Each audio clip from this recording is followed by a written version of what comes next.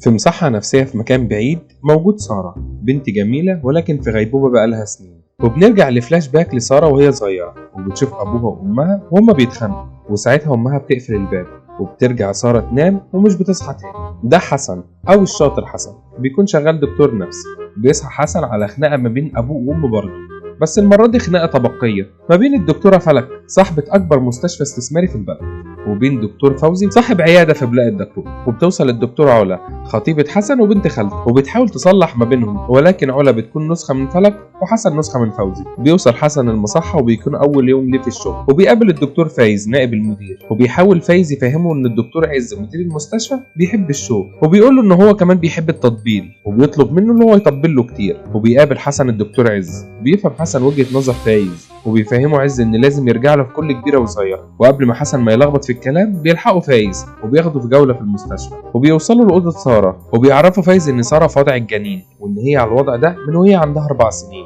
وكمان عقلها واقف من ساعتها بس جسمها بيكبر عادي. وبيعجب حسن بمرض ساره وبينصحوا فايز ان يشوف الملف بتاعها، بس حسن لما بيروح عشان يشوف الملف بيرفضه. وبيعرف من فايز انها اوامر الدكتور عز، بس حسن بيطلب منه ان هو يساعده.